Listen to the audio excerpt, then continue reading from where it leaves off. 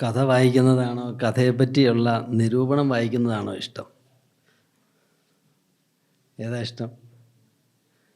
പാട്ട് കേൾക്കുന്നതാണോ പാട്ടിനെ പറ്റിയുള്ള വിമർശനങ്ങൾ കേൾക്കുന്നതാണോ ഇഷ്ടം? വളരെ എവിഡൻ്റ് അല്ലേ?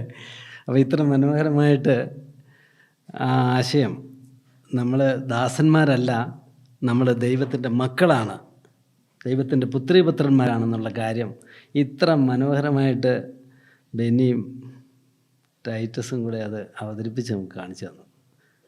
ഇനിയിപ്പോൾ ഞാനെന്താ പറയുക? ഞാൻ ഇതിനെ ഇങ്ങനെ ഇനി വിശദീകരിച്ച് ഇതിനെ ബോറടിപ്പിക്കുമെന്ന് എനിക്ക് അറിഞ്ഞുകൂടാ.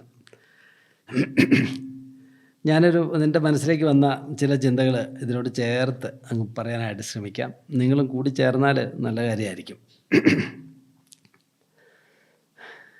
ഇത് പറഞ്ഞപ്പോൾ എൻ്റെ അപ്പൻ്റെ കാര്യം ഞാൻ ഓർത്തു പോകാം. ഞാൻ കുറേ കാലം കത്തോലിക്ക സെമിനാരിൽ അവിടുത്തെ വൈദികനാകാനായിട്ട് പഠിച്ചിട്ടുണ്ട്. 7 വർഷത്തോളം ഞാൻ പഠിച്ചിട്ടുണ്ട്. ഞാൻ പഠിച്ചതിന് ശേഷം ഞാൻ തിരിച്ച് വീട്ടിലേക്ക് വന്നു. അവരെന്നെ അച്ഛനാകാൻ കൊള്ളുന്ന ആളല്ല എന്ന് പറഞ്ഞതുകൊണ്ട് എന്നെ തിരിച്ച് വീട്ടിട്ടു. അപ്പോൾ ഞാൻ തിരിച്ച് വീട്ടിൽ വന്നപ്പോൾ, ഞങ്ങൾ കൃഷിക്കാരാണ്, ഞങ്ങളുടെ വീട് ഇവിടെ അടുത്താണ്, കുറച്ച് ഒരു 10 മിനിറ്റ് നടക്കാനുള്ള ദൂരമേ ഉള്ളൂ. അപ്പോൾ ഈ കൃഷിപ്പണികളൊക്കെ പിന്നെ ചെയ്യണം. അപ്പോൾ ചാച്ചൻ എന്നോടൊരു ഉപദേശം പറഞ്ഞു. എന്നോട് പറഞ്ഞു, ഞാനിവിടെ ഈ കൃഷിപ്പണികളൊക്കെ നോക്കി നടത്തുന്നത് നീ കണ്ടിട്ടില്ലേ? അപ്പം ഞാൻ എന്തെങ്കിലും പണിയെടുക്കുന്നത് നീ കണ്ടിട്ടുണ്ടോ എന്ന് ചോദിച്ചു. അപ്പോൾ ഞാൻ ആലോചിച്ച് നോക്കി, ശരിയാ, ചാച്ചനൊരു പണിയെടുത്തിട്ടില്ല. പുള്ളി കൃഷിക്കാരനായിരുന്നു, പുള്ളി ഒരു പണിയും ചെയ്യലായിരുന്നു. ഒരു പശുവിൻ്റെ അങ്ങോട്ടേക്കും പോകുമ്പോൾ പശു കുറ്റിയൊക്കെ ഇട്ടേക്കണ പശുവിൻ്റെ കയറഴിഞ്ഞു പോയിട്ടുണ്ടെങ്കിൽ പുള്ളി വിളിക്കും, ഈ പശുവിൻ്റെ കയറൊന്ന് കെട്ടിയാലേ കേട്ടോ, അല്ലെങ്കിൽ നെല്ല് തിന്നും എന്ന് പറഞ്ഞിട്ട് പുള്ളി ആ വഴിക്ക് പോകും. പിന്നെ ആരെങ്കിലും പോയിട്ട് കെട്ടണം. എൻ്റെ ഓർമ്മയിലുള്ള ഇതാണ്. ഒരു തൂമ്പ കൊണ്ട് കിളയ്ക്കുന്നത് ചാച്ചൻ കിളയ്ക്കുന്നത് ഞാൻ കണ്ടിട്ടില്ല. ചില പണികളൊക്കെ ഉണ്ട് ചാച്ചന്മാർക്ക് മാത്രം ചെയ്യാവുന്നതിൽ എക്സ്പെർട്ട് ചില കാര്യങ്ങളൊക്കെ അല്ലേ. എന്നിട്ട് എന്നോട് പറയും, ഞാനൊരു പണിയെടുക്കുന്നത് നീ കണ്ടിട്ടില്ലല്ലോ? ഞാൻ പറഞ്ഞില്ല, കണ്ടിട്ടില്ല. നീ ഇവിടെ ഒരു പണിയെടുക്കണ്ടെന്ന് പറഞ്ഞു. ഞങ്ങൾക്ക് ഒരു 3-4 ഏക്കർ സ്ഥലമുണ്ട്, ഞങ്ങൾ അന്ന് വേറെ ഒന്നും മാറിയിട്ടില്ലല്ലോ. നീ ഒരു പണിയെടുക്കണ്ടെന്ന് പറഞ്ഞു. ഇതൊക്കെ ഒന്ന് നോക്കി നടത്തിയേച്ചാൽ മതി എന്ന് പറഞ്ഞു. അതൊക്കെ ഒന്ന് നോക്കി നടത്തി ആരെങ്കിലുമൊക്കെ കൂട്ടിയൊക്കെ പണിയിപ്പിച്ചാൽ ആവശ്യത്തിനുള്ളത് ഉണ്ടാവുമെന്ന് പറഞ്ഞു. എനിക്ക് അന്ന് ആ ഉപദേശം അത്ര ഇന്നും മനസ്സിലായിട്ടില്ല ശരിക്ക്. എന്നാലും അന്ന് ഞാൻ ഒരുപാട് പണിയൊക്കെ എടുത്തിട്ടുണ്ട്, കുറേ പണികളൊക്കെ എടുത്തു. ഒത്തിരിയെങ്കിലും ഒരു പണിക്കാരെ പോലെ തന്നെ അവർ എടുക്കുന്ന ഒപ്പമൊക്കെ പല ജോലികളും ഞാൻ ചെയ്തിട്ടുണ്ട്. പക്ഷെ ചാച്ചൻ അന്ന് എന്നോട് പറഞ്ഞത്, നീ ഒരു അടിമയായിട്ട് ഇവിടെ ജീവിക്കേണ്ട ആവശ്യമില്ല എന്ന് പറഞ്ഞു. നിനക്കിത് ഇതൊക്കെ നോക്കി നടത്തിയാൽ ജീവിക്കാൻ ഒരു ബുദ്ധിമുട്ടും വരികയില്ല. നീ ഇവിടുത്തെ പണിക്കാരനല്ല, നീ ഇവിടുത്തെ ഉടമസ്ഥനാണ്. അതാണ് അദ്ദേഹം എന്നോട് പറഞ്ഞത്. പണിക്കാരൊക്കെ ഉണ്ടാവും, പക്ഷെ നീ ഉടമസ്ഥനാണ്. പലപ്പോഴും മനുഷ്യർക്ക് തിരിച്ചറിയാതെ പോകുന്നൊരു കാര്യം അവർ ഉടമസ്ഥന്മാരാണെന്നുള്ള കാര്യമാണ്. ചിലർക്ക് എന്തൊരു സ്ഥലമുണ്ടെന്ന് അറിയാം. ചില ആളുകൾ ഒന്നും ഇല്ലയെന്ന് പറയുമ്പോൾ ഞാൻ പറയും, നിങ്ങളൊരു കോടീശ്വരനാണല്ലോ എന്ന് പറയും. നിങ്ങൾക്ക് അവിടെ ആ റോഡ് സൈഡിൽ ഒരു 10 സെൻറ്റ് സ്ഥലമില്ല, അതിൻ്റെ വില എത്രയാണ്? നിങ്ങൾക്ക് ആ കൃഷിസ്ഥലം 2 ഏക്കറില്ലേ, അതിൻ്റെ വില എത്രയാണ്? നിങ്ങളുടെ ആസ്തികളൊക്കെ കൂട്ടിയാൽ ഒരു 1.5 കോടി കിട്ടിയല്ലേ എന്ന് ചോദിക്കും. അത് 1.5 കോടി ഉണ്ട്. എന്നിട്ട് നിങ്ങൾക്ക് അതിന് അന്വേഷിക്കാൻ പാടില്ല, റേഷൻ കടയിൽ പോയി ക്യൂ നിൽക്കുക. നിങ്ങൾ തിരിച്ചറിയില്ല. ഇത് ആരനുഭവിക്കും? നിങ്ങളും അനുഭവിക്കുകയല്ല, നിങ്ങളുടെ മക്കളും മിക്കവാറും അനുഭവിക്കുകയല്ല. ആരെങ്കിലും അനുഭവിക്കും ഒരു കാലത്ത്, ആർക്കും വേണ്ടാതെ ഉപേക്ഷിക്കും. എന്നനുഭവിക്കാവുന്ന കാലത്ത് നിങ്ങൾ ദരിദ്രവാസിയായിട്ട് ജീവിക്കും. ചില ഭിക്ഷക്കാരെ കണ്ടിട്ടില്ലേ? അവർ മരിക്കുമ്പോൾ അവരുടെ ചാക്ക് അഴിച്ചു നോക്കിയാൽ, എത്ര കഥ നമ്മൾ കേട്ടോ, ചാക്ക് അഴിച്ചു നോക്കിയാൽ 2 ലക്ഷം ഉണ്ടായിരുന്നു, 3 ലക്ഷം ഉണ്ടായിരുന്നു, 4 ലക്ഷം ഉണ്ടായിരുന്നു. ജീവിച്ചത് എങ്ങനെയാണ്? ഏതെങ്കിലും വെയിറ്റിംഗ് ഷെഡിലോ വഴിയോരത്തോ ദരിദ്രവാസികളായിട്ട് വല്ലവരുടെയും ഔദാര്യം കൊണ്ട് മാത്രം ജീവിച്ചു. പക്ഷേ ഇവന്മാർ കിടന്നുറങ്ങി, തലേണ വെച്ച് കിടന്നുറങ്ങിയ ചാക്കിനകത്ത് ലക്ഷക്കണക്കിന് രൂപയുണ്ട്. യാചകന്മാർ, ഭിക്ഷക്കാരായിരിക്കുന്ന കോടീശ്വരന്മാരായിരിക്കുന്ന ഭിക്ഷക്കാർ അനുഭവിക്കാൻ ഭാഗ്യമില്ല. ഇതൊക്കെ കഥകളാണ്. എന്നാൽ ഇത് വെറും കഥയല്ല. മൂത്ത മകൻ്റെ വലിയേട്ടൻ എന്നല്ലേ ടൈറ്റസ് പറഞ്ഞേ, വലിയേട്ടൻ്റെ കഥ പറഞ്ഞപ്പോൾ നമ്മൾ മനസ്സിലാക്കിയ ഒരു കാര്യം, സത്യത്തിൽ മഹാസമ്പന്നൻ. ആ പിതാവ് പറഞ്ഞു വെച്ചാൽ മുഴുവൻ നിനക്കുണ്ടെന്ന് പറഞ്ഞു, എൻ്റെതൊക്കെ നിനക്കുള്ളതാണല്ലോ എന്ന് പറഞ്ഞു. അങ്ങനെ പറഞ്ഞിട്ട് പക്ഷെ ജീവിച്ചത് എങ്ങനെയാണ്? ഒരാട്ടിൻകുട്ടിയെ പോലും തന്നിട്ടില്ല എന്ന് പറഞ്ഞാൽ അതിൻ്റെ കഥ നമുക്കറിയാം. ഒരാടിനെ കൊന്ന് തിന്നാൻ പോലും അവനെ കൊണ്ട് കഴിഞ്ഞില്ല. എന്തുകൊണ്ടായിരിക്കും കഴിയാത്തത്? എന്തുകൊണ്ടാണ് അവൻ കഴിഞ്ഞില്ല? അതാണല്ലോ നമ്മുടെ ചോദ്യം. ചില കാര്യങ്ങളൊക്കെ വെന്നി പറഞ്ഞു. എനിക്ക് പലപ്പോഴും ഈ ധൂർത്തപുത്രൻ്റെ പിതാവ് നമ്മുടെ ഒരു ഹീറോയാണ്, ബൈബിളിലെ ഏറ്റവും വലിയ ഹീറോ. കർത്താവ് അത് പറഞ്ഞത് ഈ പിതാവിനെ പറ്റി പറയാനാണല്ലോ പറഞ്ഞത്. ഈ പിതാവ് മാനസാന്തരപ്പെടുന്നു വരുന്ന പാപികളെ സ്വീകരിക്കുന്നവനാണെന്ന് പറയാൻ. എനിക്ക് ആ പിതാവിനോട് പ്രത്യേക ഒരു പേഴ്സണൽ അറ്റാച്ച്മെൻ്റ് ഉണ്ട് പല കാര്യം കൊണ്ടും. ഞാൻ ചില ആളുകളോടൊക്കെ പറയും, പിള്ളേരൊക്കെ വഴിതെറ്റി പോകുമ്പോൾ ഞാൻ പറയും, ആളുകൾ പറയും നിങ്ങളുടെ വളർത്തുദോഷമാണ്, നിങ്ങൾ നന്നായി ജീവിച്ചായിരുന്നു നല്ല മാതൃകയായിട്ടൊക്കെ ജീവിച്ചാൽ നിങ്ങളുടെ മക്കൾ വഴിതെറ്റിയല്ല എന്ന് പറഞ്ഞപ്പോൾ ഞാൻ ഗൂഢമായിട്ടെങ്കിലും ആശ്വസിച്ചിരുന്ന ഒരു കാര്യം, ധൂർത്തപുത്രൻ്റെ പിതാവ് നല്ല ആളായിരുന്നോ? നല്ല പൊന്നുപോലത്തെ ഒരു അപ്പനല്ലായിരുന്നോ? പക്ഷെ അവൻ്റെ മകനെങ്ങനെയായിരുന്നു? ഇതുപോലെ വൃത്തികെട്ടവൻ ലോകത്തിലില്ലായിരുന്നു. ആരുടെ കുറ്റായിരുന്നു? പിതാവിൻ്റെ കുറ്റായിരുന്നോ മകൻ്റെ കുറ്റായിരുന്നോ? ആരുടെ കുറ്റായിരുന്നു? പിതാവിൻ്റെ കുറ്റമുണ്ടോ? ആരും പിതാവിൻ്റെ കുറ്റം പറഞ്ഞിട്ടില്ല. അപ്പോൾ ഒരു ചെറിയൊരു സന്തോഷം ഉണ്ടായിരുന്നു ഈ മക്കളൊക്കെ വഴിതെറ്റുമ്പോൾ. ശരിയാണ്, ആളുകളൊക്കെ പടത്തിൻ്റെ കുഴപ്പമാണ്, കാരണന്മാരുടെ വഴിതെറ്റലിൻ്റെ ഒക്കെ കുഴപ്പമാണെന്ന് പറഞ്ഞാൽ പോലും ധൂർത്തപുത്രൻ്റെ മകൻ പോലും വഴിതെറ്റിയെങ്കിൽ ഏത് വിശുദ്ധൻ്റെ മക്കൾക്കും വഴിതെറ്റാനുള്ള സാധ്യത കിടപ്പുണ്ട്. ആരെങ്കിലും വഴിതെറ്റിയാൽ അപ്പനാ കുറ്റം, അമ്മയാ കുറ്റം, വളർത്തിയ സഭയാ കുറ്റം, നാട്ടുകാരാ കുറ്റം എന്നൊന്നും പറയണ്ട, ഈ പോയവനും അതിൻ്റെ കുറ്റമുണ്ട്. ഞാനിങ്ങനെ ഓർത്തിരുന്നു. ഞാൻ ഓർത്തു, ഇപ്പോൾ ഈ ബെന്നിയൊക്കെ ഇത് പറഞ്ഞു കഴിഞ്ഞപ്പോൾ ഞാൻ ഓർത്തു, ഈ അപ്പൻ ഒരു വഷളായൻ്റെ അപ്പൻ മാത്രമല്ല, 2 വഷളന്മാരുടെ അപ്പനാണ്. ഈ മൂത്തവൻ അതിനേക്കാളും ഗതികെട്ടവനാണ്. ഈ ക്രിസ്തീയ വിശ്വാസം ഒരു ദുരിതപൂർണമായിരിക്കുന്ന ക്രിസ്തീയ ജീവിതം, മിസറബിൾ ക്രിസ്ത്യാനിറ്റി. അപ്പം നമ്മുടെയൊക്കെ ജീവിക്കുന്ന ഈ ക്രിസ്തീയതയുടെ ഒരു ചിത്രമാണല്ലോ അവിടെ കാണുന്നത്. ഈ ഇളയ മകൻ രക്ഷിക്കപ്പെട്ട ആളായിരുന്നോ? രക്ഷിക്കപ്പെട്ട ആളുടെ ചിത്രമാണോ രക്ഷിക്കപ്പെടാത്തവൻ്റെ ചിത്രമാണോ? ഈ അപ്പൻ്റെ അല്ലേ മകന്? നമുക്ക് കൃത്യമൊന്നും പറയാൻ മേല. മൂത്തവൻ രക്ഷിക്കപ്പെട്ട ആണെന്ന് നമുക്ക് തോന്നും അല്ലേ? അതെന്തും ആകട്ടെ, ഈ 2 പേരും പിതാവിൻ്റെ വീട്ടിൽ അവകാശമുള്ളവരായിരുന്നു, പിതാവിൻ്റെ മക്കളുമായിരുന്നു. 2 പേരും ജീവിച്ച ജീവിതം എങ്ങനെയാണെന്ന് നോക്കിയേ, വൃത്തികെട്ട ജീവിതങ്ങളാണ്. ഒരുത്തൻ പുറത്ത് പറയാൻ കഴിയാത്ത ദുർസാക്ഷിയുള്ള ആൾ, ഒരുത്തൻ അങ്ങനത്തെ സാക്ഷ്യമൊന്നുമില്ലെങ്കിലും വലിയ ഭക്തനായ മനുഷ്യനാണെങ്കിലും അത് ആസ്വദിക്കാൻ കഴിയാത്ത ഒരു ഹതഭാഗ്യനായിട്ട് ജീവിച്ച ഒരാളാണ്. നമ്മുടെ ക്രിസ്തീയ ജീവിതം എങ്ങനെയാണ്? ഇന്ന് തന്നെ ഞാനൊരു ചോദ്യം ചോദിക്കാം നിങ്ങളോട്. ഈ MIC ക്യാമ്പിന് നിങ്ങൾ ഇത്രയും പേര് വന്നല്ലോ, എന്തുകൊണ്ടാണ് നിങ്ങൾ ഈ ക്യാമ്പിന് വന്നത്? ഓപ്ഷൻ തരാം. മാതാപിതാക്കളുടെ നിർബന്ധം നിമിത്തം. എത്ര പേര് കൈവെക്കും?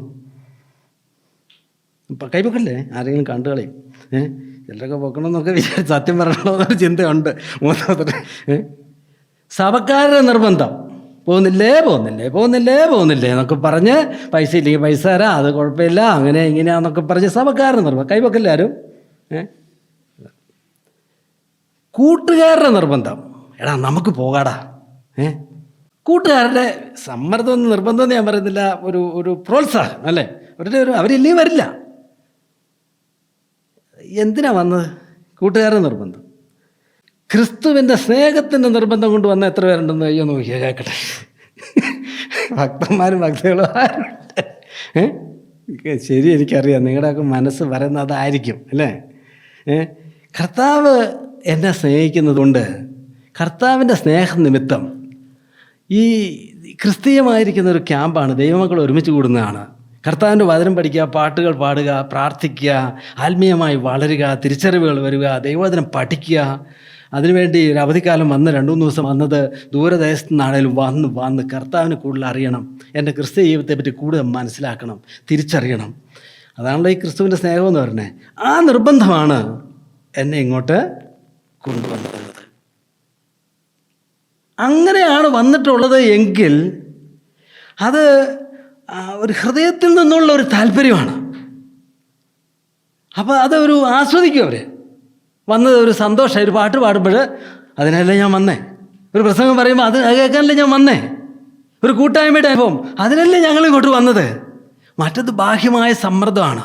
പോടാ പോടാ പോടാ എന്ന് പറഞ്ഞ് നിർബന്ധിച്ചുകൊണ്ട് വന്നതാണെങ്കിൽ എങ്ങനെയെങ്കിലും ഇതിനകത്ത് പുറത്തിയാടി പോയാൽ മതിയെന്ന് ഓർക്കും. എന്നാൽ ഒരു കാര്യം നമുക്കറിയാം, എന്തൊക്കെ നല്ല പ്രോത്സാഹനങ്ങളൊക്കെ ഉണ്ടെങ്കിൽ എല്ലാവരും എന്തെങ്കിലുമൊക്കെ ചെയ്യുള്ളൂ കേട്ടോ. എന്നാലും വന്ന് കഴിയുമ്പോൾ ആ പ്രോത്സാഹനം വന്നു നന്നായി എന്നൊക്കെ ആയിരിക്കും പൊതുവേ ക്യാമ്പുകൾക്കൊക്കെ നമുക്ക് തോന്നുക. കാരണം നമ്മളിവിടെ തെറ്റൊന്നുമല്ല, നല്ല കാര്യങ്ങളല്ലേ ചെയ്യുന്നത്. നിർബന്ധങ്ങൾ വേണ്ടെന്നല്ല, ബാഹ്യമായിരിക്കുന്ന നിർബന്ധങ്ങൾ കൊണ്ടോ ഇനി ഗൂഢലക്ഷ്യങ്ങൾ കൊണ്ടോ തെറ്റായിരിക്കുന്ന താല്പര്യങ്ങൾ കൊണ്ടോ ഒക്കെയാണ് വന്നതെങ്കിൽ ഈ ക്യാമ്പ് പോലും ഒരു ഗതികെട്ട അനുഭവമായിട്ട് തീരും. അങ്ങനെയെങ്കിൽ സഭയുടെ കാര്യമൊക്കെ യോഹാൻ പറഞ്ഞതുപോലെ തന്നെ എന്തിനാ ഈ സഭയിൽ വന്നേക്കുന്നത്?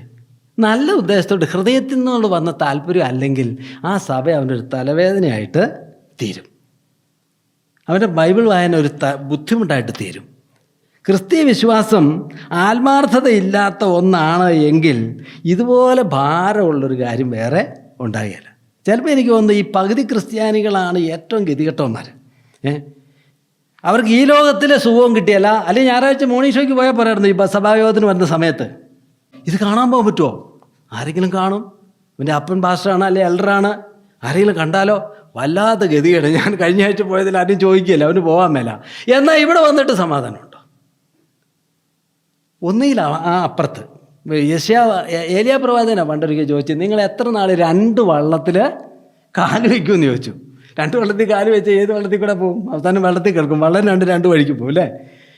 നിങ്ങൾ ബാൽദേവനെ പൂജിക്കണോ യഹോവയെ പൂജിക്കണോ? ഈ ലോകത്തിൻ്റെ കാര്യങ്ങളും ചെയ്യണോ ദൈവത്തിൻ്റെ കാര്യം ചെയ്യണോ? ഇത് രണ്ടിനും കൂടെ കാല് വെച്ചോണ്ടിരുന്നാൽ രണ്ടും ഉണ്ടാവില്ല. അതിനും ഭേദം ദൈവത്തിൻ്റെ അടുത്ത് നിന്ന് അങ്ങ് മാറിയിട്ട് ഇവിടെ തന്നെ അങ്ങ് നിന്ന് കഴിഞ്ഞാൽ സിനിമയ്ക്കും പോകാം, ബീഡിയും വലിക്കാം, കള്ളും കുടിക്കാം, അത്യാവശ്യം ഈ ലോകത്തിലുള്ള സാധാരണക്കാരൊക്കെ ചെയ്യുന്ന കാര്യമൊക്കെ ചെയ്ത് അവർക്ക് കിടന്നുറങ്ങി പോകാൻ മേലെ. ഈ ഞായറാഴ്ച രാവിലെ എഴുന്നേറ്റ് വന്നിട്ട് ഒരു 9 മണി ചിലർ നമ്മളൊക്കെ ഈ 10 മണി മുതൽ 1 മണി വരെ മീറ്റിംഗാന്ന് പറയുമ്പോൾ ചിലർ മൂക്കത്ത് വല്ലു ഇത്രയും നേരോ എന്ന് ചോദിക്കുന്നവരില്ലേ? എന്തിനാ ഇങ്ങനെ സഹിക്കുന്നത്? Miserable Christianity. എന്നാൽ നിങ്ങൾ അങ്ങനെയാണോ അനുഭവിക്കുന്നതാണെങ്കിൽ ആയിരിക്കും. യഥാർത്ഥത്തിലൊരു ദൈവത്തിൻ്റെ അനുഭവം എന്താ? ഞായറാഴ്ച പോലെ സന്തോഷമുള്ളൊരു ദിവസം ഏതാ ഉള്ളത്? ഞാൻ ഏതാണ്ട് 40 വർഷമായിട്ട് ഞായറാഴ്ച യോഗങ്ങളിൽ പങ്കെടുക്കുന്ന ആളാണ്. 87 മുതൽ ഏകദേശം 40 ആവുന്നില്ല. ഇതുപോലെ അനുഗ്രഹമുള്ളൊരു ദിവസം ഏതാ ഉള്ളത്? ആ മനുഷ്യരുടെ കൂട്ടും വിശ്വാസികളുടെ ബന്ധവും അവരെയൊക്കെ കാണുന്നത് ഈ മാനന്തവാടി സഭയിലാണെങ്കിലും വേറെ ഒരു സഭയിൽ പോയാലും ഏത് സഭയിലാണെങ്കിലും തിങ്കളാഴ്ചയും ചൊവ്വാഴ്ചയും ബുധനാഴ്ചയും വ്യാഴാഴ്ചയും വെള്ളിയാഴ്ചയും ശനിയാഴ്ചയും പോലെയല്ല ഞായറാഴ്ച. എന്തൊരു ഹൃദ്യമായിരിക്കുന്ന അനുഭവമാണ്, എന്തൊരു ഫുൾഫില്ലിംഗ് ആയിരിക്കുന്ന ഫീലിംഗ് ആണ്. നമ്മൾക്ക് ശുശ്രൂഷകൾ സ്നേഹവും ലഭിക്കുന്നു എന്ന് മാത്രമല്ല, നമുക്കും നമ്മുടെ സാധ്യതകളൊക്കെ ഉപയോഗിക്കാൻ, പ്രയോജനപ്പെടാൻ, ശുശ്രൂഷിക്കാൻ, ദൈവസഭയെ ശുശ്രൂഷിക്കാൻ എന്തൊരു അനുഭവം അത്. ഇനി ഞായറാഴ്ച ഇനി ചിലർ പറയും ശനിയാഴ്ച വെള്ളിയാഴ്ചയും പ്രാർത്ഥന. ദുരിതം കണ്ടോ? Miserable Christianity. ബൈബിൾ ക്ലാസ് നല്ലതാണെങ്കിൽ വെള്ളിയും ശനിയും പ്രാർത്ഥിച്ചാൽ ബൈബിൾ ക്ലാസ് കൂടിയാൽ എന്താ കുഴപ്പം? സഹായവും മനോഹരമാണെങ്കിൽ വേറെ 2 ദിവസം കൂടെ കൂടിയാൽ എന്താ കുഴപ്പം? നമുക്ക് മറ്റു കാര്യങ്ങളുള്ളതുകൊണ്ടല്ലേ കൂടാത്തെ. ഇതൊരു മിസറബിൾ ആയിരിക്കുന്ന ഒരു ക്രിസ്ത്യാനിറ്റി. മലാഖി പ്രവചനത്തിനൊരു വാക്കുണ്ട്. പ്രവാചകൻ ഇങ്ങനെ പറയുന്നുണ്ട്, ദൈവം പ്രവാചകനിലൂടെ പറയുകയാണ്, യഹൂദന്മാരുടെ വർഷിപ്പിനെ പറ്റി പറയുക, ആരാധനയെ പറ്റി പറയുക. എന്തോ ഒരു പ്രയാസം എന്ന് പറഞ്ഞ് നിങ്ങൾ അതിനോട് ചീറുന്നു. എന്നും ഈ ആരാധന, എന്നും ഈ കഞ്ഞി വെച്ചുകൊണ്ട് വേണം. ഈ സഹോദരിമാരൊക്കെ ചിലപ്പോൾ പറയും, കഴിഞ്ഞ മുമ്പത്തെ ആഴ്ചയല്ലേ നമ്മൾ ചോറ് വെച്ചത്, ഇന്നും ചോറ് വെക്കണമെന്ന് ചോദിച്ച് കരയുന്നവരെ. നമുക്ക് തന്നെയാണോ? ഞങ്ങൾ തന്നെയാണോ ഇന്നും ഹോളടിച്ചു വാരേണ്ടത്? വേറെ ആരും പാത്രം കഴുകാനല്ല, ഞങ്ങൾ തന്നെ പാത്രം കഴുകണം. Miserable Christianity. എനിക്ക് പിന്നെയും കഞ്ഞി വയ്ക്കാനുള്ള ഭാഗ്യം എനിക്ക് തന്നെയാണല്ലോ കിട്ടിയേക്കുന്നത്. എനിക്ക് തന്നെയാണല്ലോ അനുഗ്രഹം. ഞാൻ തന്നെയാണല്ലോ കർത്താവിൻ്റെ മക്കളെ ശുശ്രൂഷിക്കാനായിട്ട് ഈ ഹോൾ ഇന്നും അടിച്ചു വരാൻ ഞാൻ തന്നെ വരണം അല്ലേ? ഞാൻ വരാമല്ലോ. അതിനെ അങ്ങ് ആസ്വദിക്കാൻ തുടങ്ങിയാൽ ജീവിതം മാറിയില്ലേ? ദൈവം അതിനെ പഠിപ്പിക്കാൻ എനിക്കാണല്ലോ അക്രമം നീ നൽകിയിരിക്കുന്നത്, നൽകിയ കർത്താവേ, ഞാൻ തന്നെ ചെയ്യണം. അതൊരു അനുഗ്രഹമാണല്ലോ, അതൊരു നന്മയാണല്ലോ. അവരോട് ഞാൻ പോയി സുവിശേഷം പറയണമെന്നാണോ നീ പറഞ്ഞിരിക്കുന്നത്? എന്നെ തന്നെയാണോ കർത്താവ് ഉദ്ദേശിക്കുന്നത്? ഞാൻ പറയാം. അങ്ങനെയാണോ കാണുന്നത്? ഇതൊരു ബുദ്ധിമുട്ടായിട്ട് കാണുകയാണോ ചെയ്യുന്നത്? സന്തോഷകരമല്ല, സംതൃപ്തികരമല്ല. മൂത്തപുത്രൻ ചെയ്തു നോക്കി, എല്ലാം ചെയ്തില്ലെന്ന് നോക്കി. എല്ലാ പ്രവർത്തിക്കും, ഒരു അനുസരണക്കേടും കാണിച്ചിട്ടില്ല, ഒരു ദോഷവും പിതാവിന് ചെയ്തിട്ടില്ല. പക്ഷെ അവൻ ആരായിരുന്നു നോക്കി? അവന് സന്തോഷവും ഇല്ല, സമാധാനമില്ല. അവൻ്റെ പരാതി കേട്ടോ, ഒരാടിനെ പോലും എനിക്ക് തന്നില്ലോ എൻ്റെ കൂട്ടുകാരുടെ കൂടെ ഞാൻ വെറും അടിമയായിട്ട് ഇവിടെ ജീവിച്ചല്ലോ എന്ന്. ഇനി നമുക്കൊന്ന് ചിന്തിച്ച് നോക്കാം, നമ്മുടെ ക്രിസ്തീയ ജീവിതം ഒരു മിസറബിൾ ക്രിസ്ത്യാനിറ്റി ആണെങ്കിൽ എന്തുകൊണ്ട്, അതിൻ്റെ കാരണങ്ങൾ എന്തായിരിക്കും, എങ്ങനെ നമുക്കതിനെ ആ ദുരിത ജീവിതത്തെ ഒരു സന്തോഷ ജീവിതമാക്കാൻ നമുക്ക് എങ്ങനെ കഴിയും? ഞാൻ വായിച്ചിട്ടുള്ള 3 ടെസ്റ്റിമണീസ് ഞാൻ പറയാം. ഒന്ന്, C.S. ലൂയിസിൻ്റെ മാനസാന്തരത്തിൻ്റെ കഥ ചരിത്രം എഴുതിയിരിക്കുന്ന ടെസ്റ്റിമണി. അതിൻ്റെ പേര് സർപ്രൈസ്ഡ് ബൈ ജോയ് എന്നാണ്. സന്തോഷം കൊണ്ട് ഞാൻ അതിശയിച്ചു പോയത് ഇതിനെപ്പറ്റിയാണ് അദ്ദേഹം രക്ഷയെപ്പറ്റി എഴുതിയിരിക്കുന്നത്. മറ്റൊന്ന് ഭക്സിങ്ങിൻ്റെ ടെസ്റ്റിമണിയാണ്. അതിൻ്റെ പേരെങ്ങനെയാണെന്നറിയോ? ഭക്സിങ്ങിനെ അറിയാലോ, ഈ കഴിഞ്ഞ നൂറ്റാണ്ട് 2000 അദ്ദേഹം മരിച്ചെന്ന് തോന്നുന്നു. അതിനുള്ള വർഷങ്ങളിൽ അദ്ദേഹം രക്ഷിക്കപ്പെട്ടതിന് ശേഷം ലോകത്തിൽ ഏതാണ്ട് 10,000-ഓളം സ്ഥലസഭകൾ തുടങ്ങിയ ദൈവത്തിൻ്റെ ഒരു അതിശയ മനുഷ്യനാണ്, മിഷണറിയാണ് ഭക്സിങ്.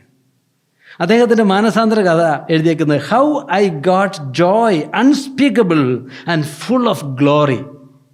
രക്ഷയെപ്പറ്റി പറഞ്ഞേക്കുക, ഈ സന്തോഷം എനിക്ക് എങ്ങനെയാണ് കിട്ടിയെന്ന്. പിന്നെ ഒന്ന് ബ്ലെയ്സ് പാസ്കലിൻ്റെ ഒരു ചെറിയ ഒരു മാനസാന്തരത്തിൻ്റെ ഒരു ചെറിയ ഒരു റൈറ്റപ്പ് ഉണ്ട്. അദ്ദേഹം 35 വയസ്സോ 30കളിൽ മരിച്ചുപോയ ഒരു ശാസ്ത്രജ്ഞനാണ്. നിങ്ങൾ ബ്ലെയ്സ് പാസ്കലിനെ പറ്റി കേട്ടിട്ടുണ്ടോ? പാസ്കലിൻ്റെ ലോയും മറ്റുമൊക്കെ കേട്ടിട്ടുണ്ടോ? ഒരുപക്ഷെ കാൽക്കുലേറ്ററൊക്കെ കണ്ടുപിടിച്ച് എൻ്റെ ഇനീഷ്യൽ തുടക്കക്കാരനൊക്കെ ആയിരുന്നു. മഹാബുദ്ധിമാനായ മനുഷ്യനായിരുന്നു, ഫ്രഞ്ചുകാരൻ.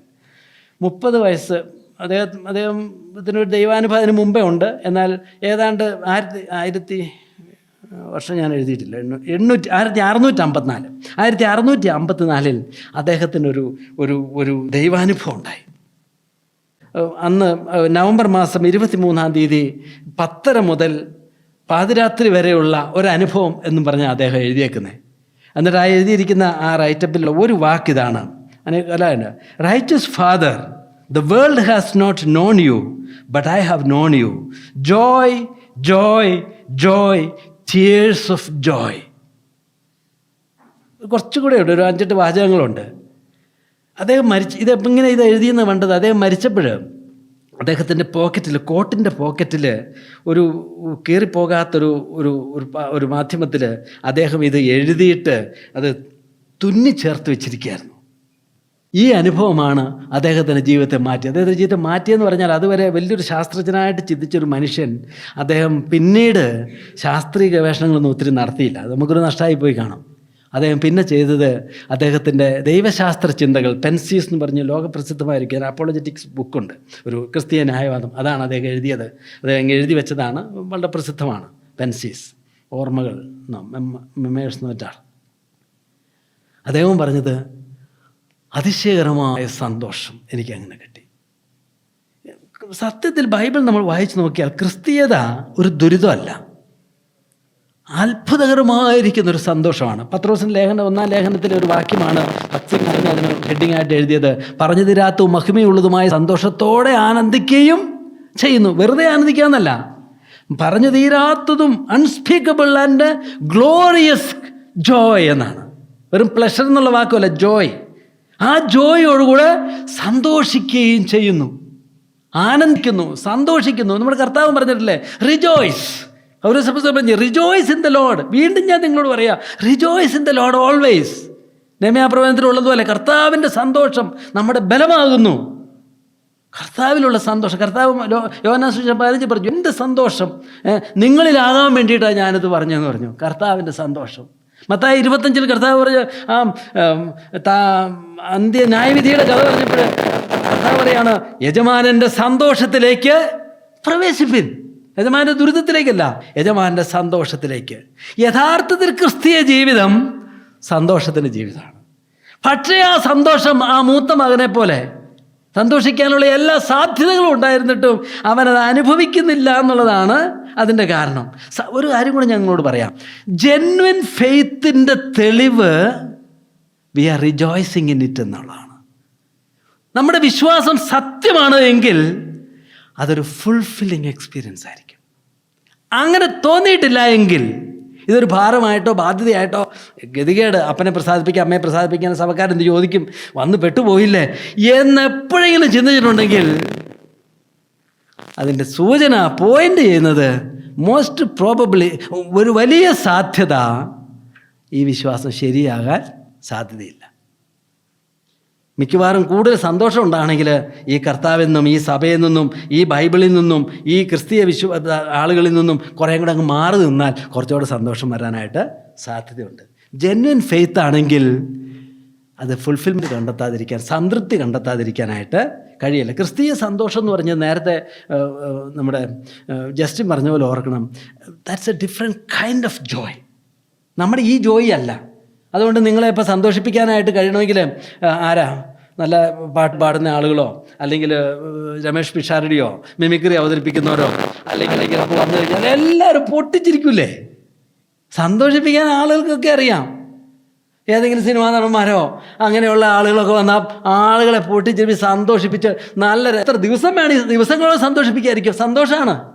അല്ലെങ്കിൽ നല്ല ഭക്ഷണം കഴിച്ചാൽ സന്തോഷിക്കാൻ മേലേ, നല്ല പാട്ട് കളി, എല്ലാവരും കൊണ്ട് നമുക്ക് ക്രിക്കറ്റ് കളിക്കാമെന്ന് പറഞ്ഞാൽ ക്രിക്കറ്റ് കളിക്കുക, ഫുട്ബോൾ കളിക്കുക, സന്തോഷിപ്പിക്കാൻ എല്ലാവർക്കും എടുത്ത് ലോകത്തിൽ കൊടുത്തിരിക്കുന്നതാണ്. പക്ഷെ ക്രിസ്തീയ സന്തോഷം എന്ന് പറഞ്ഞാൽ ഏതാ? അത് വേറൊരു തരം സന്തോഷം.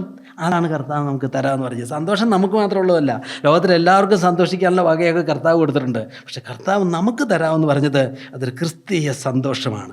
ആ സന്തോഷം നമുക്ക് വരുന്നില്ല എങ്കിൽ, ആ സന്തോഷം നമുക്ക് കിട്ടുന്നില്ല എങ്കിൽ അതിൻ്റെ കാരണം എന്തായിരിക്കും? എന്തുകൊണ്ടാണ് മൂത്ത മകന് കിട്ടാത്തത്? ആർക്കെങ്കിലും പറയാൻ പറ്റും എന്തുകൊണ്ടാണ് നമുക്ക് ക്രിസ്തീയതയെ ഒരു ഒരു ഒരു ഒരു രസകരം, ഒരു എൻജോയിങ് ലൈഫായിട്ട് തീർക്കാൻ കഴിയാത്തതിൻ്റെ കാരണം എന്തായിരിക്കും? ആർക്കെങ്കിലും പറയാൻ പറ്റുമോ? അല്ലെങ്കിൽ നിങ്ങൾ നോട്ടിൽ എഴുതി നോക്കാം. എന്തുകൊണ്ടായിരിക്കും ക്രിസ്തീയത ആസ്വദിക്കാത്തത്? 2-3 കാരണമെന്ന് എഴുതി വെച്ച്, എന്നിട്ട് നമുക്ക് ബാക്കിയും കൂടെ പറയാം. എന്തുകൊണ്ടാണ് ക്രിസ്തീയ ജീവിതം ഒരു സന്തോഷമായിട്ട് അനുഭവിക്കാത്തത്? സന്തോഷമായിട്ട് തോന്നാത്തത്? അല്ലെങ്കിൽ സഭാജീവിതം, അല്ലെങ്കിൽ ബൈബിൾ വായന, അല്ലെങ്കിൽ പ്രാർത്ഥനാ യോഗങ്ങൾ, ആത്മീയ പരിപാടികൾ ഒരു സന്തോഷകരമായ അനുഭവമല്ല, ഒരു വിരസവും ബോറടിപ്പിക്കുന്നതുമായിട്ട് തോന്നുന്നതിൻ്റെ കാരണം എന്തായിരിക്കും? ചിലർ ചിന്തിച്ചുകൊണ്ടിരിക്കുന്നത് തന്നെ ക്രിസ്തീയത എന്ന് പറഞ്ഞാൽ ഒരു ദുരിതം തന്നെയാണെന്നാണ്. എൻ്റെ പിന്നാലെ വരുവാൻ ഇച്ഛിക്കുന്നവൻ തന്നെത്താൻ തേച്ചതിൻ്റെ ക്രൂശും എടുത്ത് എൻ്റെ പിന്നാലെ വരട്ടെ. അവൻ്റെ ഒരു ഗതികെട്ട ജീവിതമാണല്ലോ, എന്നും പ്രയാസവും കഷ്ടപ്പാടും ഉള്ളൂ, പട്ടിണിയൊക്കെ ഉള്ളൂ എന്നുള്ളൊരു ചിന്ത ആണെങ്കിൽ അത് തമ്മിൽ യോജിക്കുന്നില്ലല്ലോ. പത്രോസ് പറയുമ്പോൾ ലോകത്തിൽ നിങ്ങൾക്ക് കഷ്ടമുണ്ടെന്ന് പറഞ്ഞിട്ടാണ് പറഞ്ഞത്, എന്നാലും നിങ്ങൾ സന്തോഷിക്കുന്നു എന്നല്ലേ പറയുന്നത്. കഷ്ടതയുണ്ട് ഒരു വശത്ത്, എന്നിട്ട് സന്തോഷിക്കുക. അപ്പം കഷ്ടതയുടെ മധ്യത്തിലുള്ള സന്തോഷമാണ് യഥാർത്ഥത്തിൽ ക്രിസ്തീയ സന്തോഷം. കഷ്ടത ഇല്ലാത്ത സന്തോഷമല്ല, പ്രയാസവും ബുദ്ധിമുട്ടൊക്കെ ഉണ്ട്. അപ്പോൾ ആ സന്തോഷം നമ്മൾ അനുഭവിക്കുന്നില്ല എങ്കിൽ അതിൻ്റെ കാരണം എന്താണ്? എഴുതിയിട്ടുണ്ടല്ലോ അല്ലേ? ഒരു കാര്യം സത്യസന്ധമായി പറഞ്ഞാൽ, സഭയിൽ നേരത്തെ നമ്മുടെ ജോഹാൻ പറഞ്ഞ പോലെ സഭയിലൊക്കെ ഉണ്ടായിരിക്കും, രക്ഷിക്കപ്പെട്ട ആളായിരിക്കില്ല. സാധ്യതയുണ്ടോ? സാധ്യതയുണ്ട്. അതാണല്ലോ ആദ്യം ചിന്തിക്കേണ്ടത്. രക്ഷിക്കപ്പെട്ട ആളല്ലെങ്കിൽ ക്രിസ്തുവിൻ്റെ സന്തോഷം കിട്ടുമോ അവർക്ക്? ലോകത്തിൽ സഭായോഗത്തിന് സന്തോഷം, നല്ല ഭക്ഷണമൊക്കെ, നല്ല ബിരിയാണിയാണ് സഭ, രക്ഷിക്കപ്പെടണോ സന്തോഷിക്കാനായിട്ട്? നല്ല പാട്ടൊക്കെ പാടി, നല്ല രസകരമായിട്ട് പാട്ടൊക്കെ പാടിയാൽ അത് രക്ഷിക്കപ്പെടുമൊന്നും വേണ്ട സന്തോഷിക്കാൻ. അതുപോലെ എന്തെല്ലാം കാര്യങ്ങൾ, നല്ല അറ്റ്മോസ്ഫിയർ, നല്ല അന്തരീക്ഷവും നല്ല കൂട്ടൊക്കെ കൊടുത്താൽ ആളുകൾക്ക് സന്തോഷിക്കാൻ കഴിയും. പക്ഷെ ക്രിസ്തുവിൻ്റെ സന്തോഷം കിട്ടണമെങ്കിൽ എന്ത് വേണം? അത് കർത്താവിലുള്ള സന്തോഷമല്ലേ? ബൈബിളിൽ പറഞ്ഞിരിക്കുന്നത് ദൈവരാജ്യം എന്നാൽ, പറയാൻ പറ്റുമോ? ദൈവരാജ്യം എന്നാൽ നീതിയും, പിന്നെ നീതിയും, ബാക്കി എന്താ? സമാധാനവും, 2 ഞാൻ പറഞ്ഞു. ഇനി 3ാമത്തെ പരിശുദ്ധാത്മാവിലുള്ള സന്തോഷവും. അതാ ദൈവരാജ്യം. നമ്മൾ ദൈവരാജ്യത്തിലാണെങ്കിൽ നീതി ഉണ്ടാവും, അത് നമുക്കുണ്ടല്ലോ, നമ്മൾ നീതിമാന്മാരാണല്ലോ. സമാധാനം ഉണ്ടോ? ക്രിസ്തുവിലുള്ള സമാധാനം, പരിശുദ്ധാത്മാവുള്ള സന്തോഷം ഉണ്ടാവും. അപ്പോൾ ആ സന്തോഷം ഉണ്ടാകുന്നില്ല എങ്കിൽ ആ ആൾ ക്രിസ്ത്യാനി ആയിട്ടുണ്ടാവില്ല. അതാ ഒരു കാര്യം. ആർക്കെങ്കിലും ഈ സന്തോഷം എന്നുള്ള, ക്രിസ്തീയ സന്തോഷം എന്നുള്ള ആ അനുഭവം ബൈബിൾ വായിക്കുമ്പോൾ, ദൈവവൈദ്യനാണെന്ന് പറയുമ്പോൾ, മറ്റൊരുത്തിൻ്റെ മുമ്പിൽ സുവിശേഷത്തിൻ്റെ സാക്ഷ്യം പറയുമ്പോൾ, സഭായോഗത്തിന് വരുമ്പോൾ, ബൈബിൾ ക്ലാസ്സുകളെ സംബന്ധിച്ച് പറയുമ്പോൾ, ആത്മീയ ശുശ്രൂഷകൾ ചെയ്യുമ്പോൾ, ഈ ഒരു ഫുൾഫില്ലിങ് ഫീലിംഗ്, ഈ ഒരു കണ്ടെൻറ്റ്മെൻറ്റ്, ഈ ഒരു സംതൃപ്തിയുടെ അനുഭവം, ഈ ഒരു അനുഭവം ഒരാൾക്ക് ഫീൽ ചെയ്തിട്ടില്ല എങ്കിൽ രക്ഷിക്കപ്പെട്ട ആളാണോ എന്നുള്ളൊരു ചോദ്യചിഹ്നം ഇടാം.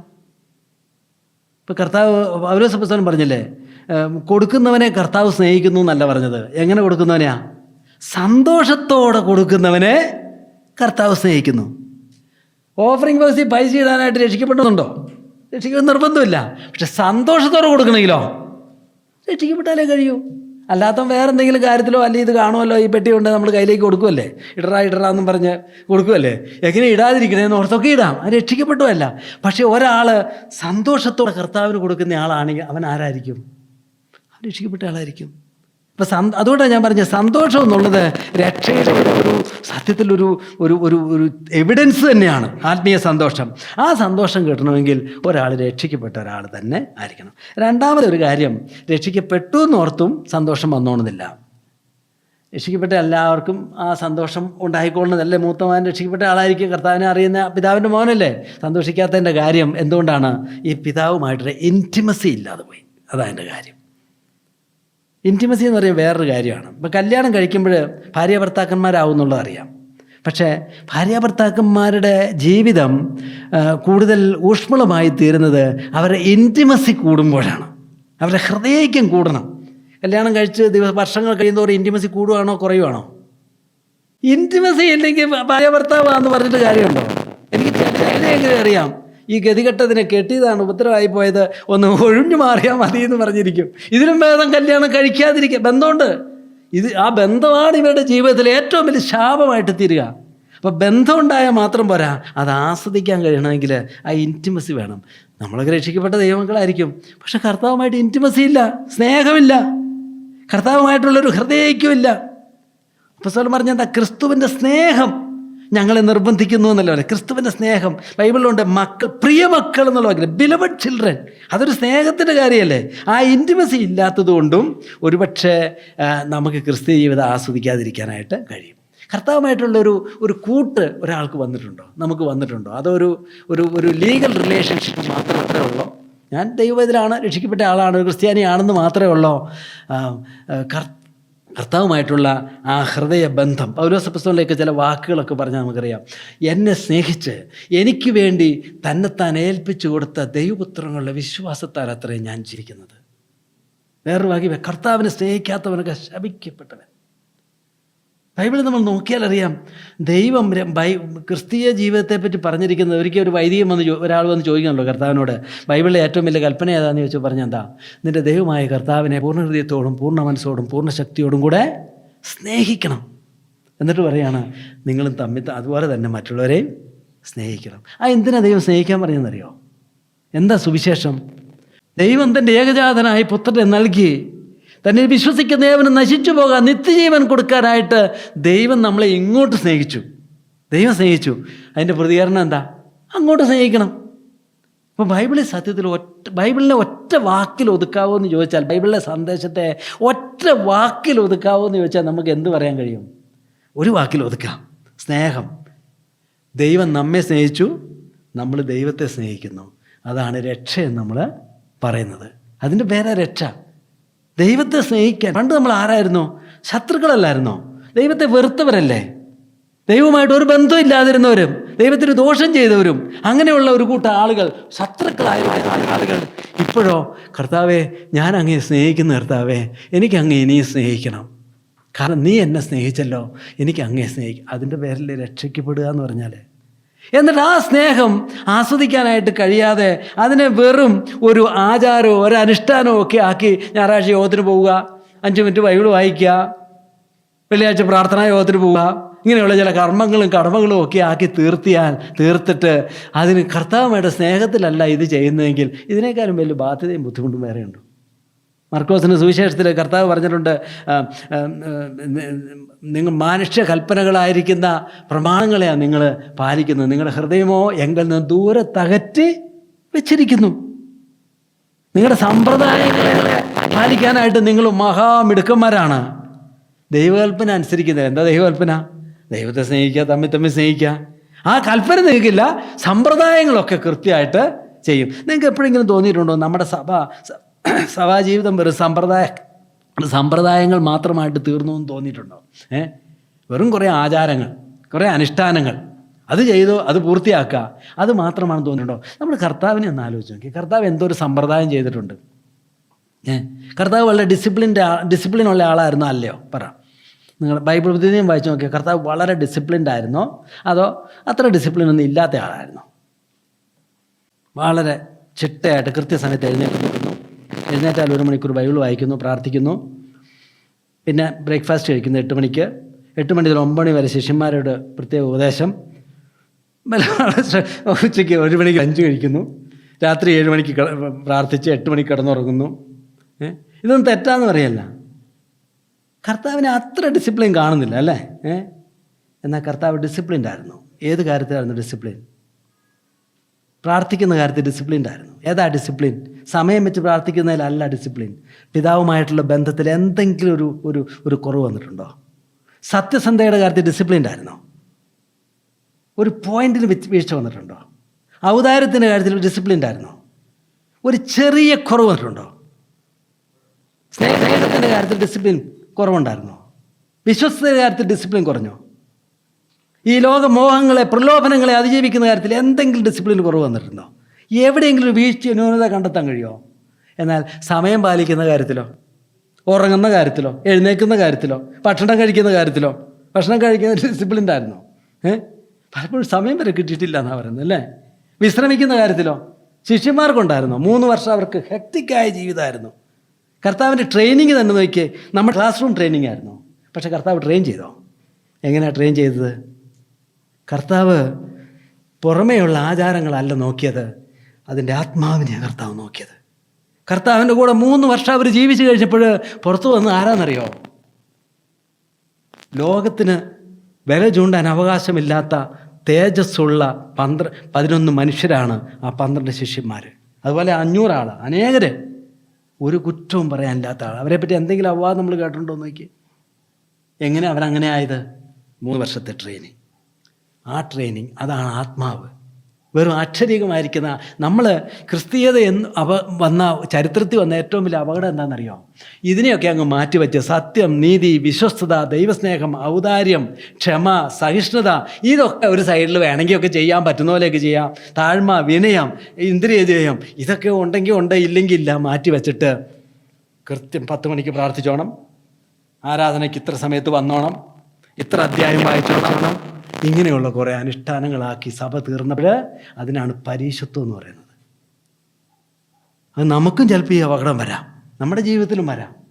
യഥാർത്ഥത്തിൽ നമുക്ക് ആവശ്യമായിരിക്കുന്നത് ക്രിസ്തുവിൻ്റെ സ്നേഹം.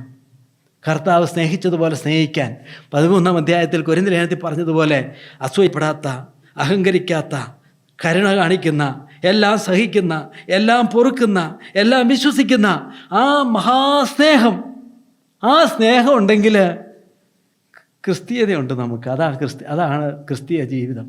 അല്ലാതെ ആദ്യം പറഞ്ഞതുപോലെ മുഴങ്ങുന്ന ചെമ്പോ ചിലമ്പുന്നോ കൈത്താളമോ ആകും. പ്രവചനപരമുണ്ട്, ഭാഷ കിട്ടും, കൊടുക്കുകയും ചെയ്തിട്ടുണ്ട് അവരല്ലേ, ദാനവും ചെയ്തിട്ടുണ്ട്, കൃപാവരങ്ങളൊക്കെ ഉണ്ട്, എല്ലാം കൃത്യമായിട്ടുണ്ട്. പക്ഷെ ഇല്ലാത്ത എന്താണെന്ന് നോക്കിയേ? ആത്മാവ്, ദൈവസ്നേഹം. പത്രോസിനെ കർത്താവ് യോഹന്നാൻ 21-ാം അധ്യായത്തിൽ പത്രോസിനെ മാറ്റി നിർത്തിയിട്ട് ചോദിച്ച ഒരു ചോദ്യമുള്ളൂ. 3 വർഷം ചോദിച്ചു. ഏതാ അത്? പത്രോസെ, നീ എന്നെ സ്നേഹിക്കുന്നുണ്ടോ എന്ന്. എന്നിട്ടാണ് പറഞ്ഞ് ആടുകളെ മേയ്ക്കാൻ. സ്നേഹിക്കാൻ കഴിയാത്തവൻ ആടിനെ മേയ്ക്കാൻ കഴിയല്ല. ഈ മേയ്ക്കുക എന്ന് പറഞ്ഞാൽ തന്നെ എന്താ? സ്നേഹിക്കാൻ പഠിപ്പിക്കലാണ്. സ്നേഹമാണ് ക്രിസ്തീയ ജീവിതത്തിൻ്റെ ആത്മാവ്. ആ ഇൻറ്റിമസി ഇല്ലെങ്കിൽ വെറുതെ സമയം കളയുന്നതാണ്. വെറുതെ നമ്മൾ ക്രിസ്ത്യാനിയാണെന്ന് പറഞ്ഞ് നമ്മൾ സമയം കളയുന്നതാണ്. ഞാനിപ്പോൾ നിർത്തിക്കൊള്ളാം. ക്രിസ്തീയ ജീവിതം ആചാരാനുഷ്ഠാനമാക്കുന്ന ഒത്തിരി കാര്യങ്ങൾ നമുക്കും വരാം. നമ്മളും വെറും ആചാര ക്രിസ്ത്യാനികളായിട്ട് ഒരു കാര്യമില്ല. ഇവിടെ വന്ന് കൃത്യസമയത്ത് ടൈം ടേബിൾ അനുസരിച്ച് വന്നിട്ട് മൊബൈൽ നോക്കിയിരുന്നു. ടൈം ടേബിൾ നോക്കിയിട്ട് വല്ല കാര്യമുണ്ടോ? ടൈം ടേബിൾ ഇച്ചിരി തെറ്റി. ഞാൻ ഒരിക്കൽ ഓർക്കുന്നുണ്ട്, ഒരു ആളുകൾ ചിലപ്പോഴൊക്കെ താമസിച്ചൊക്കെ വരും. അപ്പം ഞാൻ ഓർക്കും, ചിലരൊക്കെ കുറേ അധികം താമസിച്ചൊക്കെ വരും. നിങ്ങൾ ആരെങ്കിലും രാവിലെ എഴുന്നേക്കാൻ താമസിച്ചിട്ട് ഒരു 11 മണി ആയപ്പോൾ, അയ്യോടാ 11 മണി ആയല്ലോ, 10 സഭായോഗത്തിന് പോയില്ലോ എന്നോർത്ത് വേഗം മോവൊക്കെ തിരുമ്മി വല്ലൊക്കെ തേച്ചിട്ട് ഉടുപ്പ് വിട്ട് സഭായോഗത്തിന് നിങ്ങൾ വരുമെന്ന്. എന്നാ വരാത്തതെന്ന് ചോദിച്ചാൽ അത് എഴുന്നേറ്റപ്പോൾ താമസിച്ചു പോയിന്ന് പറയുമോ? സാധ്യതയില്ല. എന്തെങ്കിലും എനിക്ക് വയറുവേദനയായിരുന്നു എന്നോ അല്ലെങ്കിൽ താമസിച്ച് കിടന്നു എന്നോ ജോലി തിരക്കായിരുന്നൊക്കെ പറഞ്ഞ് വരാതിരിക്കും. എന്നാൽ ചിലരുണ്ട്, ഈ 11 മണിയായാലും അയ്യോ ഉറങ്ങിപ്പോയല്ലോ എന്ന്, എന്താ വരി, ഞാൻ ഉറങ്ങിപ്പോയി, വിളിച്ചില്ല ആരും എന്നും പറഞ്ഞ് അങ്ങ് വന്നു. നീ ഒന്ന് ഇങ്ങനെയുള്ളവരൊന്നും സഭയെ വരണ്ടെന്ന് പറയണോ വരണമെന്ന് പറയണോ? ഞാൻ അന്നേരം ഓർത്ത്, ചേടാവേ, ഈ 11 മണിക്ക് ആ സമയത്ത് ഇവൻ ഓടിപ്പിടിച്ച് ഉറങ്ങിപ്പോയി എന്ന് പറഞ്ഞ് വരാൻ, ഈ സഭയിലേക്ക് വരാൻ തോന്നിയെങ്കിൽ എന്തൊരു ഫ്രീഡം ആ മനുഷ്യനുണ്ടായത്. ഇവിടെ കുറേ ദുർവാസാവന്മാരിരുന്നിട്ട് ഇപ്പോഴാണോ ഇങ്ങനെ വരുന്നവരൊന്നും വരണ്ട, 9 മണിക്ക് 5 മിനിറ്റ് ഉള്ളപ്പോൾ വരാൻ മതി എന്ന് പറഞ്ഞാൽ അങ്ങനെയുള്ള ഓരോ സഭകളുണ്ടായിരിക്കും. നീ വന്നല്ലോ, ബെറ്റർ ലേറ്റ് ദാൻ നെവർ എന്നല്ലേ നമ്മളൊക്കെ പഠിച്ചേക്കുന്നത്. നീ വന്നല്ലോ, സന്തോഷമായി പോയല്ലോടാ. അടുത്ത ആഴ്ച നിന്നെ ഞാൻ നേരത്തെ വിളിച്ചെഴുന്നേൽപ്പിക്കാമെന്ന് പറഞ്ഞ് 9:30 ആകുമ്പോഴത്തേനും എഴുന്നേറ്റോ എന്ന് ചോദിച്ചാൽ പോരെ. എന്തൊരു നല്ല മനസ്സവന് വരാൻ തോന്നിയില്ലേ? നമ്മൾ കുറേ നിയമം ഉണ്ടാക്കി വെച്ചിട്ട് അവനെ കിട്ടുമോ? നമുക്ക് സ്വീകരിക്കുന്ന നമ്മുടെ കർത്താവിൻ്റെ അടുക്കലേക്ക് വന്നവരാരാ? നമ്മുടെ അടുത്ത് അണി വരുമോ? കർത്താവിൻ്റെ അടുത്ത് ആൾ കൂടാത്ത എന്താണെന്നറിയോ? പരീശന്മാർ കൂടാത്തത്. ചുറ്റും നോക്കിയപ്പോൾ കണ്ടതാരാ? ഒക്കെ മോശപ്പെട്ടവന്മാരാ. എല്ലാവരെയും അടുപ്പിച്ച് നിർത്തിയേക്കുക. ചുങ്കക്കാരും വേശികളും പാപികളും ഒക്കെ നിൽക്കുക. അപ്പോൾ ഇവൻ ചുങ്കക്കാരനെയും വേശികളുടെയും സ്നേഹിതനാണ്, ഇവനെ നമുക്ക് കൂട്ടാൻ കൊള്ളിയല്ലാന്ന് പറഞ്ഞു. നമ്മളെന്തുകൊണ്ടാണ് കർത്താവിൻ്റെ അടുത്ത് വന്നതെന്നറിയോ? ഈ ചുങ്കക്കാരെയും വേശികളെ കൂട്ടിയതുകൊണ്ടാണ്.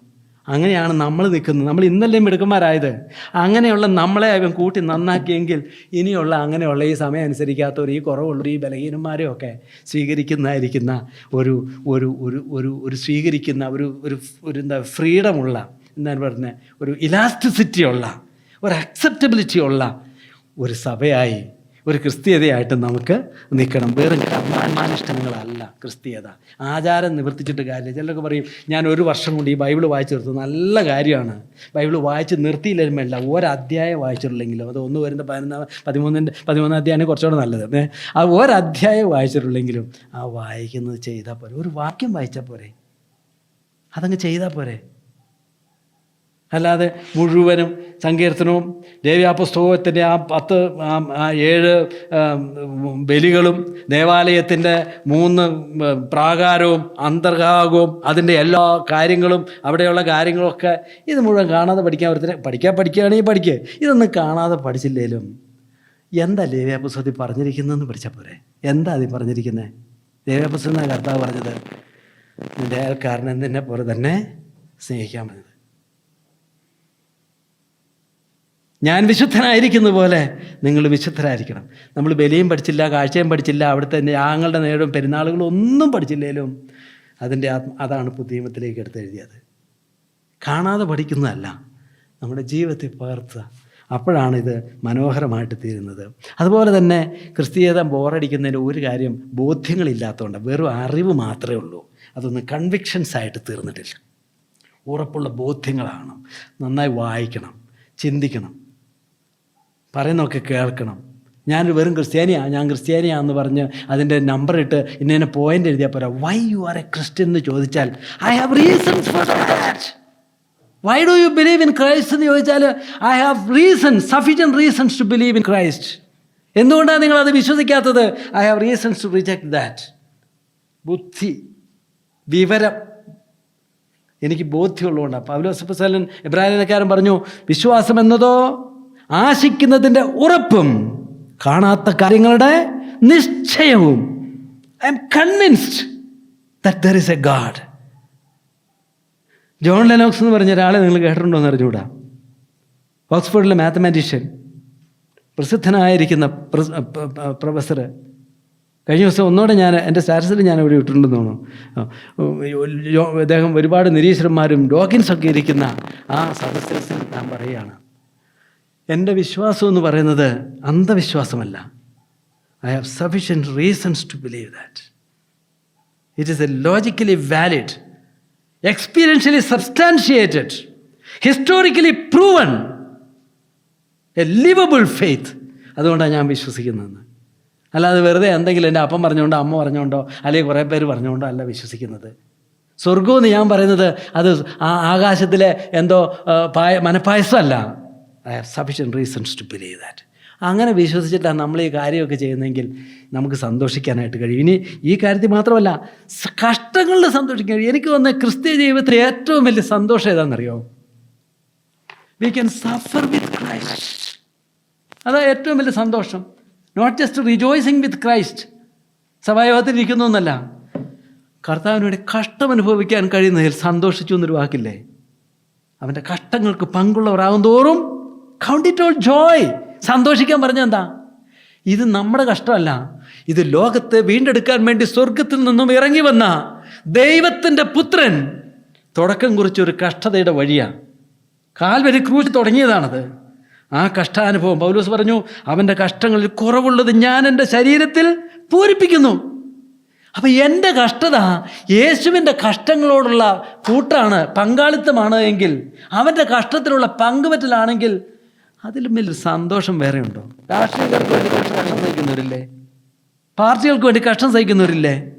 പണത്തിനും പ്രതാപത്തിനും വേണ്ടി കഠിനാധ്വാനം ചെയ്ത് കഷ്ടം സഹിക്കുന്നവരില്ല. അവർക്ക് സഹിക്കട്ടെ, നല്ല നല്ല കാര്യങ്ങൾക്ക് വേണ്ടി സഹിച്ചോട്ടെ. പക്ഷെ നമ്മുടെ കഷ്ടത എന്തിനാ? ദൈവപുത്രനായ യേശു ക്രിസ്തു അനുഭവിച്ച കഷ്ടങ്ങളിൽ കുറവുള്ളത് കുറച്ച് എനിക്കും കൂടെ വെച്ചിട്ടുണ്ടെന്ന് അനുഭവിക്കാൻ. അതൊരു പക്ഷേ രാവിലെ എഴുന്നേൽക്കുന്നതായിരിക്കും, സഭായോഗത്തിന് പോകുന്നതായിരിക്കും, ഏൽപ്പിച്ച ഉത്തരവാദിത്തങ്ങൾ ചെയ്യുന്നതായിരിക്കും, കോളടിച്ച് വരുന്നതായിരിക്കും, ആളുകൾ സുവിശേഷം പറയുന്നതായിരിക്കും, നീതിക്ക് വേണ്ടി ചില നഷ്ടങ്ങൾ വേണ്ടെന്ന് വെക്കുന്നതായിരിക്കും, ഉപദ്രവങ്ങളും കഷ്ടങ്ങളും വെക്കുന്നതായിരിക്കും, പരിഹാസം ഏൽക്കുന്നതായിരിക്കും. അത് അന്നേരമൊക്കെ ഓർത്തോണം, ഇതെൻ്റെ കഷ്ടങ്ങളിൽ കുറവുള്ളത് എൻ്റെ ജഡശരീരത്തിൽ പൂരിപ്പിക്കുകയാണ്. പൗലോസ് അപ്പോസ്തലനെ റോമിലെ ഓസ്റ്റിൻ വേയിൽ വെച്ച് ആ ആരാച്ചാര് തൻ്റെ വാളെടുത്ത് കഴുത്തിന് വെച്ചപ്പോൾ, ആ വെട്ടിയപ്പോൾ പൗലോസ് എന്തായിരിക്കും ചിന്തിച്ചെന്നറിയോ? സ്തേവാനോസിനെ കല്ലെറിഞ്ഞപ്പോൾ അവരുടെ വസ്ത്രം കാത്തു നിന്ന ഞാനാണ്. അനേക ക്രിസ്ത്യാനികളെ ഉപദ്രവിച്ച് മുടിക്കാൻ വേണ്ടി ഓടി നടന്നവനാണ്. ആ കട എനിക്ക് വീട്ടാൻ കഴിയില്ല, അതിന് പ്രായച്ചിത്തം ചെയ്യാൻ എനിക്ക് കഴിയില്ല, കർത്താവ് ചെയ്തിട്ടുണ്ട്. പക്ഷേ ആ ക്രിസ്തുവിന് വേണ്ടി യാഗബലിയിൽ അർപ്പിക്കപ്പെടുമ്പോൾ, കർത്താവേ നിൻ്റെ കഷ്ടങ്ങളിൽ എനിക്കും കൂടെ പങ്കു തരികയാണെന്ന്. അതുകൊണ്ടാണ് പത്രോസ് മരിച്ചപ്പോൾ ചരിത്രം പറയുന്നത്, ക്രൂശിക്കാൻ നേരത്ത് അവർ പത്രോസ് പറഞ്ഞു, എന്നെ തലകീഴായി ക്രൂശിച്ചേക്കാൻ പറഞ്ഞു എന്ന്. അൺതിങ്കബിൾ. ഇത് കഥയാണോ എന്ന് തോന്നിപ്പോവും. ആരാന്നറിയില്ല, നമ്മുടെ ഒരാളുണ്ടല്ലോ, ഒരു ബ്രിട്ടീഷുകാരനൊരാളുണ്ട്, ക്രിസ്തുവിൻ്റെ എതിരെ എഴുതിയ ആൾ. അവസാനം അദ്ദേഹം എനിക്ക് തെറ്റുപറ്റിപ്പോയി എന്ന് പറഞ്ഞിട്ട് ഏറ്റു പറഞ്ഞപ്പോൾ, ക്രാൻമറാണെന്ന് തോന്നുന്നു, അദ്ദേഹത്തെ തീയിലിട്ട് കൊല്ലാനായിട്ട് കൊണ്ടുപോയപ്പോൾ ആദ്യം അദ്ദേഹത്തിൻ്റെ ആ അദ്ദേഹത്തിന് എന്തോ ഒരു ദോഷം, ക്രിസ്തുവിനെതിരെ എന്തോ എഴുതി കൊടുത്തായിരുന്നു, ആ വിരൽ ആദ്യം തീയിലേക്ക് വെച്ച് കത്തിച്ചു എന്ന് പറഞ്ഞ് കേട്ടിട്ടുണ്ട് ഞാൻ. അതല്ലേ, ക്രാൻമറാണോ ഒരാളാണ് അദ്ദേഹം. ഈ കൈ കൊണ്ടാണ് ഞാൻ ആ അന്യായം ചെയ്തത്, അത് ആദ്യം കത്തിപ്പോട്ടേന്ന്. Unthinkable. How could they do that?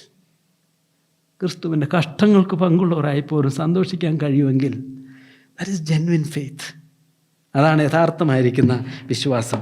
നമ്മുടെ സ്വർഗത്തിലെ നമുക്ക് കിട്ടിയിരിക്കുന്ന നിക്ഷേപങ്ങളുടെ മഹത്വം ഓർക്കുമ്പോൾ എങ്ങനെ നമുക്ക് സന്തോഷിക്കാതിരിക്കാൻ കഴിയും? സന്തോഷിക്കുന്നില്ലെങ്കിൽ അതിൻ്റെ ഒരു കാരണം നേരത്തെ മൂത്തപുത്രനെ പറ്റി ബെന്നി പറഞ്ഞതാണ്, തിരിച്ചറിവില്ല. അതുകൊണ്ടാണ് പൗലോസ് അപ്പോസ്തലൻ പ്രാർത്ഥിച്ചത്, നിങ്ങളുടെ ഹൃദയദൃഷ്ടി പ്രകാശിച്ചിട്ട്. ഞാൻ വാക്യം വായിച്ച് അവസാനിപ്പിക്കാം. ഹൃദയദൃഷ്ടി